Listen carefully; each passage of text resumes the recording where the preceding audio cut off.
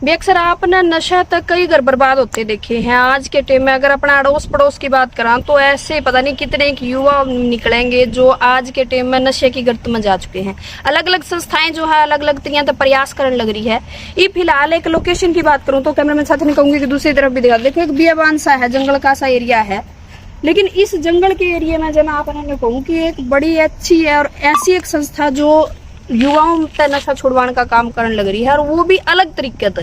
ये आप नहीं कहोगे भी अलग तरीके से किस तरह भी दवाई दिया करे हैं, जो एडिक्टेड बंदे हैं, जो युवा नशा कर रहे हैं, तो उनने किस तरह का अलग तक कैसे नशा छुड़वाया जाए। नशा तो वैसे छुड़वाया जाए लेकिन तरीका थोड़ा सा अलग है। फिलहाल का मैं साथ कहूंगी कि दिखा दो सवेरा नशा मुक्ति केंद्र चिकनवास रोड को जो है वहां का ये पता है। और अभी फिलहाल आज इस संस्था में आए हैं, बहुत नाम सुना है इस संस्था का, अनुभव है भी बिल्कुल अलग तरीके से नशा छुड़ाना है। और आज कुछ ऐसा ही के जो वो अलग तरीका है आज उसका भी कुछ चलने लग रहा है, तो अलग चलेंगे और मैं आपने दिखाऊंगी थोड़ा सा क्योंकि बैन हो जाए है भी नशा मुक्ति केंद्र में कैसा हुआ है, न्यू रखा है, बांध के रखे हैं, न्यू रखा है, तो आपने इसमें मतलब ये सारा आपने पता चलेगा। आप तो कुछ अलग देखने को मिला है, मतलब आध्यात्म के जरिए जिस चीज के बारे में कोई सोच ही नहीं सकता। अगर हम एक तरह से नाम लेना नशा मुक्ति केंद्र का तो बहुत सारी चीजें हैं जो लोगों के दिमाग में आए। आप क्या कहना चाहेंगे? जी, आपने बहुत अच्छी बात बोली। आपने ये बात सही बोली है कि पहले नशा मुक्तियों का नाम बड़ा बदनाम था। तो अभी आपने जैसे बोला कि यहाँ हमने एक नया सिस्टम देखा। देखिए, ये नया सिस्टम अभी से नहीं है, ये हम लोग पिछले 5-6 साल से इस पर काम कर रहे थे कि अध्यात्म से नशे पर छोड़ने पर क्या एक असर पड़ता है, और हमने उसका असर अच्छा पाया। अध्यात्म के जरिए इंसान नशा छोड़ सकता है, पर लेकिन उसका संकल्प अच्छा होना चाहिए, शुद्ध संकल्प होना चाहिए। और जो टाइमिंग देखनी जाती है कि किस टाइम में वो संकल्प कर रहा है, आसपास का वातावरण, उसके पारिवारिक माहौल कैसा है। यदि वो उसमें एक ढंग से संकल्प लेता है कि मुझे नशा मुक्त होना है मन से, तो वो पक्का नशा मुक्त होता ही होता है। फिर भगवान जी अपने आप उनको देते हैं आशीर्वाद। अच्छा, अगर और नशा मुक्ति केंद्रों की बात करी जाओ तो वहाँ हमने देखा अक्सर ये धारणाएं हैं कि नशा मुक्ति केंद्रों में बांध के रखा जाता है और नशे ही दिया जाता है, मतलब एक बार के लिए बंदा नहीं छोड़ पाता। लेकिन यहाँ कुछ अलग हमने देखा कि जैसा आप भी बता रहे कि अध्यात्म के जरिए आप नशा छुड़वाते हैं, तरीका बिल्कुल अलग है। लेकिन हमारे वैदिक पुराणों में भी है ये चीजें बहुत सारे, मतलब आप पीछे की लेके आए हो।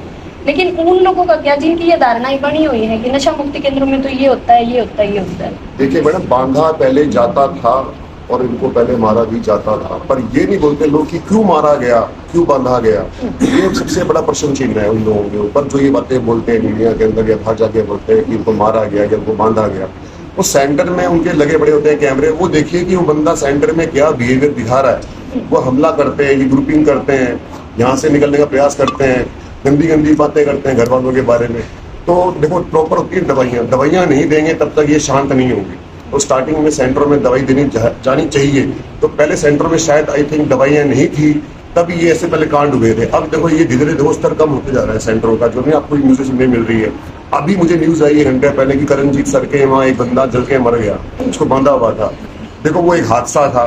नशेड़ी को वहाँ क्यों बांधा गया वो भी देखा जाना चाहिए। भी वो पागल था, उसको विड्रॉल सिम्टम्स थे, क्या उस पर असर था। तो उसकी लाश मिली है बेड के ऊपर बंधी हुई, तो जल गया बेचारा। देखो वो उसको क्या सिस्टम था, क्यों बांधा गया, क्या उसमें लगे विड्रॉल्स थे। ये तो हमला करते हैं, कुछ भी पास में दिख जाए, चाकू ईंटें वो फेंके मारेंगे आप। मेरे सेंटर में एक बंदे ने मुझे एस्ट्रे फेंक के मार दी जोर से, मुझे आंख बच गई, उसको भगवान की कृपा से उसका वीडियो है मेरे पास में। तो ये हमला करते हैं, ग्रुपिंग कर देते हैं। इनको मतलब एक होती है बेसुध कि मैं क्या करने जा रहा हूँ। जब बंदा नशा छोड़ता है तो उससे दिक्कत होती है बहुत ज्यादा। और नशा मुक्ति केंद्रों की बात छोड़ के अगर हम आपके नशा मुक्ति केंद्र की बात करें तो कितने सालों से चल रहा है, और यहाँ ट्रीटमेंट जब एक नशे का भी कोई बंदा आता है तो उसका ट्रीटमेंट आप किस तरह करोगे? देखिए जी, ये सेंटर मेरा चल रहा है 2011 से। मैं इस पर अच्छे से काम कर रहा हूँ।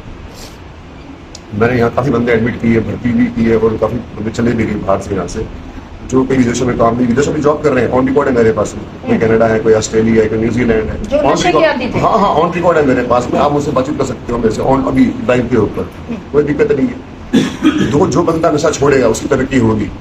जिसने गलत संगत पकड़नी है, जिसने अपने नशा नहीं छोड़ना, जिसने ये बुरा मानना है कि मुझे यहाँ भर्ती करवा दिया, भाई यहाँ भर्ती क्यों करवाया आपको, किस कारण से भर्ती करवाया आप? घर में आपके लक्षण ठीक नहीं थे, आप घर में काबू नहीं आ रहे थे, तभी उनको यहाँ उन्होंने सहारा लिया भर्ती करवाने के लिए। या कुछ बाउंडेशन होती है, कुछ नहीं है उनके सेंटरों के लिए। स्टार्टिंग में दवाई देनी बहुत जरूरी है। सॉरी, उसके बाद इनकी काउंसलिंग की जाती है। इनके फिर अपने घर वाले आते हैं मिलने के लिए, ये उनसे किस ढंग से मिलते हैं, पाँव पकड़ते नहीं पकड़ते, हाथ जोड़ी अपनी गलती मानते नहीं मानते, कई क्या मैं नठे घेर दियो, मैं यहाँ कर दूंगा, मैं छोटू न छोड़, कौन छोटू, ना छोड़ भाई, हमने तुम्हारा क्या करना है, मेरे बंदे मर गए। आप अखबार देखो, अभी जस्ट 3-4 दिन पहले एक बंदा उम्र से मरा है, फिर उसके अंदर सुई रहेगी। ऐसी भी कितनी लाशें मिल रही हैं गवर्नमेंट को, जंगलों में मिल रही हैं, मर रहे हैं लोग, क्यों मर रहे हैं, इनको नॉलेज नहीं है। देखो नशा जो आ रहा है वो सिंथेटिक आ रहा है आजकल, जो माफिया मिक्सिंग कर रहा है उससे दो लोगों का दिमाग ज्यादा खराब हो रहा है। हर नशे में अफीम, सुल्फा, सब स्प्रे मार रहे हैं, दारू में कैप्सूल डाल रहे हैं लोग, तो सबको दिमाग खराब हो रहा है। उसके लिए दवाइयाँ देनी बहुत जरूरी है। और सेंटरों में मारा नहीं जाता था, जाता था पहले कुछ टाइम पहले, अब वो सरकार ने टोटल सेंटर बंद कर दिए हैं। ये रियलिटी बोल रहा हूँ मैं। 2014 के अंदर सेंटरों में बढ़ी रेड, पूरे हरियाणा पंजाब के अंदर, एचपी के अंदर सब सेंटर बंद कर दिए गवर्नमेंट ने जहाँ मारा जाता था। पर लेकिन मारने पर भी इशू देखा जाता है। हमने यहाँ लगा रखे हैं बोर्ड, पुलिस के बोर्ड पर, जो बंदा हमला करे, यहाँ से भागने का प्रयास करे, तो देखो जी उसको थोड़ी बहुत, हम तो बोलते हैं कि सख्ती जरूरी है। ये घर है हमारे घर में आगे कोई यहाँ पत्थर मारेगा, उसको भी फोटो सख्ती करनी जरूरी है। यहाँ बड़े अधिकारी भी आते हैं। हमारे यहाँ एक नियम था कि पुलिस का, कि पुलिस यहाँ हफ्ते में एक बार आएगी, ताकि ये लोग थोड़ा डर के अंदर मतलब थोड़ा ढंग से रहे। ये लोग जहाँ पुलिस आती है तो इनको लगना चाहिए यहाँ अधिकारी है तो चलो ढंग से रहे, हम लोग रहें।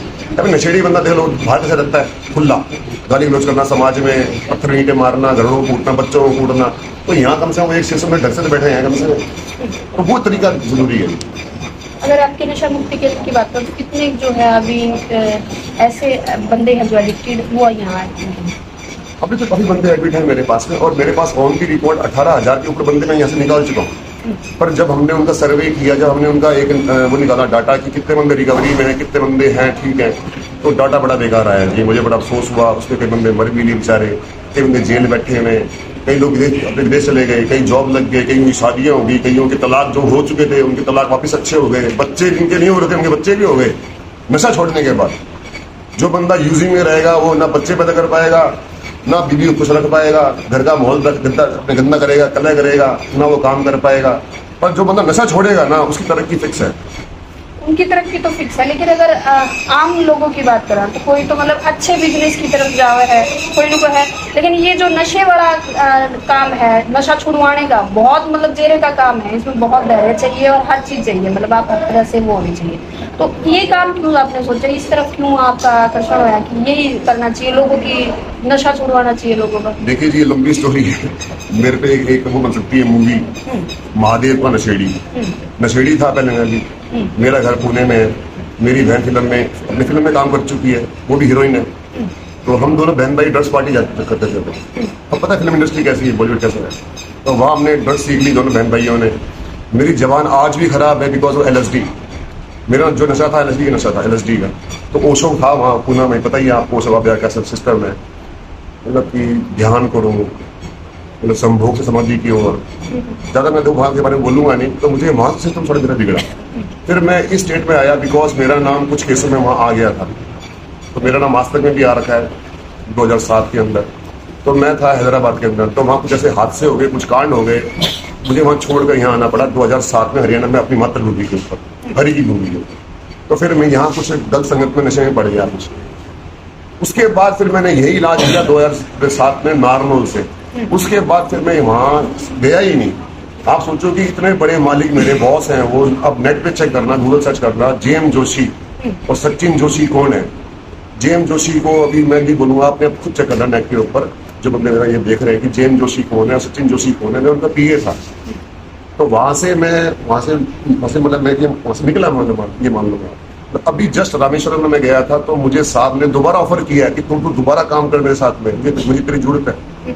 तो कुछ तो बंदे में खूबी होगी, इतना बड़ा आदमी है वो, उससे उनसे ज्यादा जरूरत आपकी हरियाणा में है। बिल्कुल बिल्कुल बिल्कुल, थैंक यू, आपने अच्छी बात बोली। मुझे यही चीज नीड लगी। आपने बोला यहाँ क्यों मुड़े आप, देखो बच्चे मेरे ये दोस्त लोग लगे यार, ये सब मैं इनकी यहाँ बीच में पला बचपन में, डैडी मेरे आर्मी में थे, तो चलो पहले मैं घूमता रहा इंडिया में बाहर। अब मैं यहाँ आ गया तो मुझे बड़ा अच्छा लगा यार, दूध दही का खाना, जो मेरे जो हेल्थ बनी है वो यहीं से बनी है मेरी, हरियाणा से, दूध दही खाना बढ़िया। बट वो नशा बुरी चीज है, मैं नशे में पड़ गया, भैया बड़ा अफसोस है। मेरी वाइफ ने मुझे बड़ा सपोर्ट किया, इसका मैं बहुत ज़्यादा थैंक यू करता हूँ। जब से मेरी लाइफ में ये आई है ना, तो लाइफ बड़ी चेंज ही होगी। दो स्टार्टिंग में दो संबंध दिक्कतें होती हैं, नशे में झगड़े होते हैं, कलह होती है, पर लेकिन ये हारी नहीं, मैं भी नहीं हारा। मैंने काम अपने बस लगा ही रहा, मैं लगा ही रहा। और आज एक मतलब बहुत अच्छा आप एक संस्थान चला लेते हैं। जी बिल्कुल, भगवान जी की अपनी कृपा, हनुमान जी की कृपा है, सब लोगों का साथ है, आप लोगों का सहयोग है, मीडिया बहुत अच्छा काम कर रही है, तो बिना सपोर्ट के मैं नहीं कर सकता।